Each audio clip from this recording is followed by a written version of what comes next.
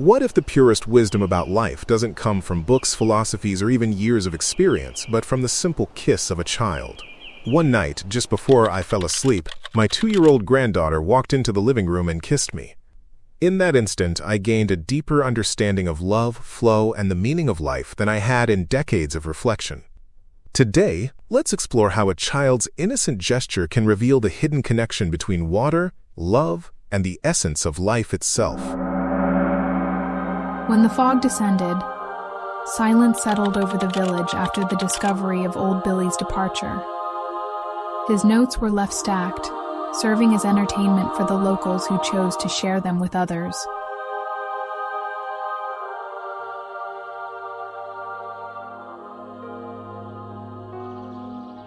Number 046, Granddaughter's Kiss. It was just before 10 p.m. I believed my 2-year-old granddaughter was already wrapped in the sleep of angels when she suddenly appeared in the living room, offering a kiss to her grandpa. Overcome with love, I took her in my arms so we could share this affection, and as she relaxed, she drifted off to sleep right there, breathing against my neck, forcing me to remain seated until sleep had fully embraced her.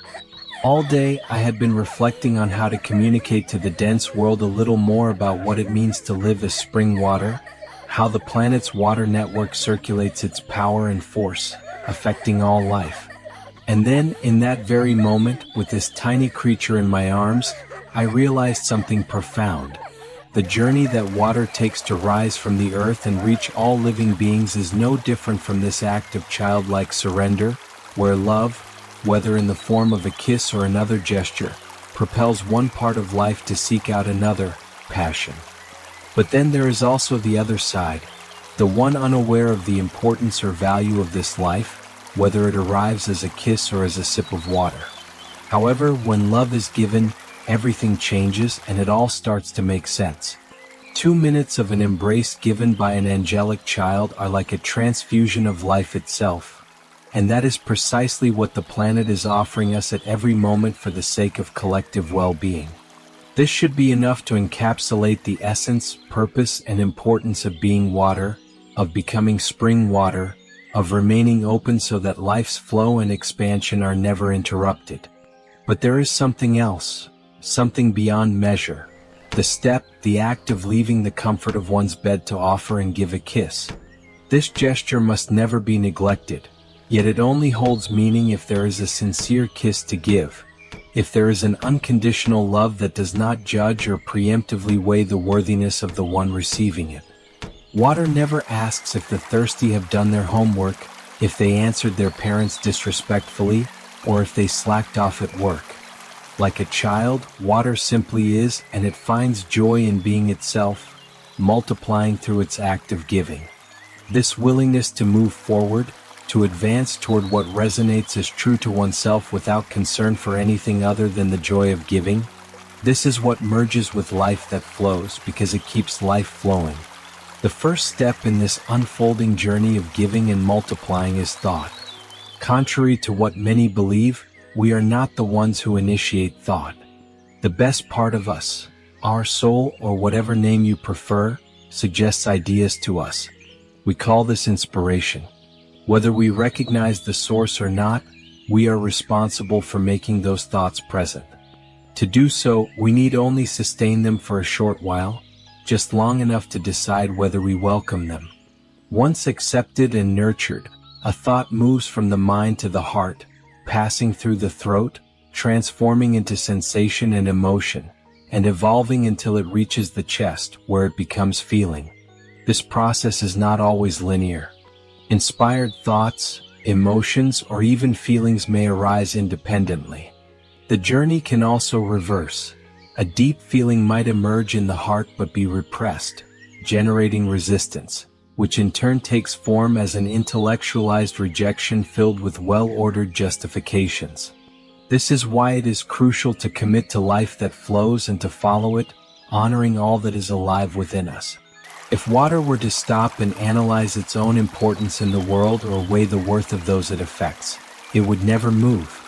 And kisses and embraces filled with true love would never leave a child's lips to reach those who need them. Life, by its very nature, follows its own course just as love and mercy do. None of us are truly deserving of such grace. But life knows that, with persistence, it will eventually dissolve our barriers and resistances, and we will be touched, until we finally accept and embrace these affections.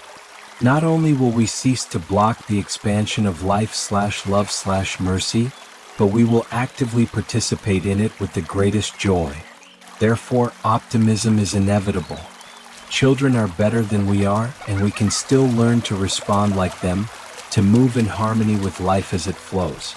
And before I describe the specific paths that water takes to become part of our world, I can already tell you, it does all of this, navigating around and dissolving obstacles, to bring a kiss to someone who is far from deserving it. A child's kiss is life that goes on.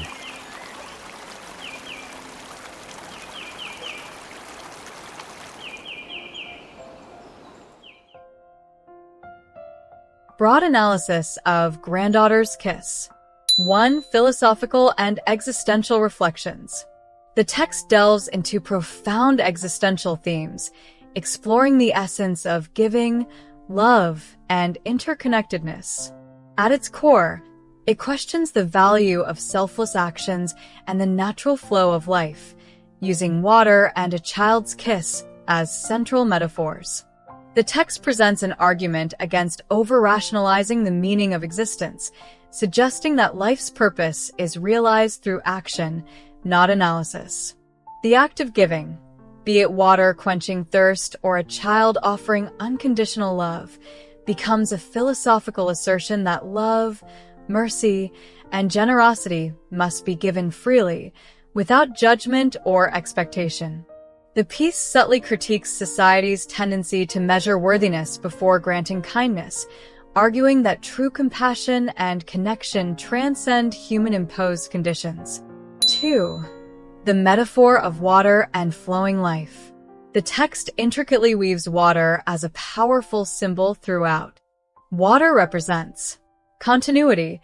It moves, nourishes, and never asks for permission before reaching those in need. Purity, like a child's love, water does not judge or select its recipients. Healing and renewal, just as water sustains life, acts of selfless love have the power to revive and heal. This hydrological metaphor extends to human relationships, emphasizing the need to remain open and allow love, generosity, and compassion to flow without restriction. 3. The role of children and innocence. Children embody pure love, spontaneity, and the absence of judgment. The granddaughter's simple yet profound gesture, leaving her bed to give a kiss, becomes a model for how humans should approach life and relationships. The text suggests that adults have lost something essential that children naturally possess. Society, through conditioning and rigid structures, distances itself from this raw, instinctual love and generosity. The idea that children are better than we are is a reminder that we can learn from them by returning to an intuitive, heart-led existence rather than over-intellectualizing our actions. 4. Psychology of thought and emotion. A key psychological aspect of the text is its reflection on how thoughts and emotions evolve within us. It describes the journey of an idea or inspiration, from thought to sensation, passing through the throat as a feeling, from sensation to emotion, settling in the chest as sentiment. This somatic experience of emotions aligns with psychological and neurological studies on how feelings are processed in the body before becoming conscious responses. Additionally, the text highlights how repressing emotions can lead to rationalized justifications for avoiding deep connection. 5. Spiritual undertones and the concept of life that flows. The text subtly invokes a spiritual perspective without adhering to a specific religious framework. The notion of inspiration, as something given rather than created, suggests a connection to a higher source, whether one interprets this as divine wisdom, intuition, or universal consciousness. The idea that no one is truly deserving of love, but it is given anyway, mirrors theological and spiritual teachings about grace and unconditional mercy. The concept of life as a continuous, flowing force aligns with spiritual traditions that emphasize oneness, surrender, and the dissolution of ego in favor of unity. 6. Critique of judgment and conditional giving. A critical stance in the text is its rejection of judgment-based giving. The contrast between water's unconditional offering of life and society's tendency to evaluate before giving serves as a critique of merit-based kindness. The text challenges the notion that people must earn love, compassion, or even the right to exist within a flow of abundance. By using the child's kiss as an example, it argues that true generosity requires no preconditions. It simply is. This message is particularly relevant in discussions on social justice, humanitarian aid, and interpersonal relationships, where resources, love, and acceptance are often distributed based on perceived merit rather than intrinsic worth. 7. Optimism and the call to return to authenticity. Despite its deep existential questions, the text radiates optimism. It insists that while adults may have lost their natural connection to life's flow, they can still reclaim it. The message is clear. We can learn from children by re-embracing spontaneity, love, and presence. We can align with life's natural rhythm by letting go of control, judgment, and resistance. We can participate in the expansion of love and connection, not through analysis but through action. The final message is a call to movement, to flow, to giving without hesitation.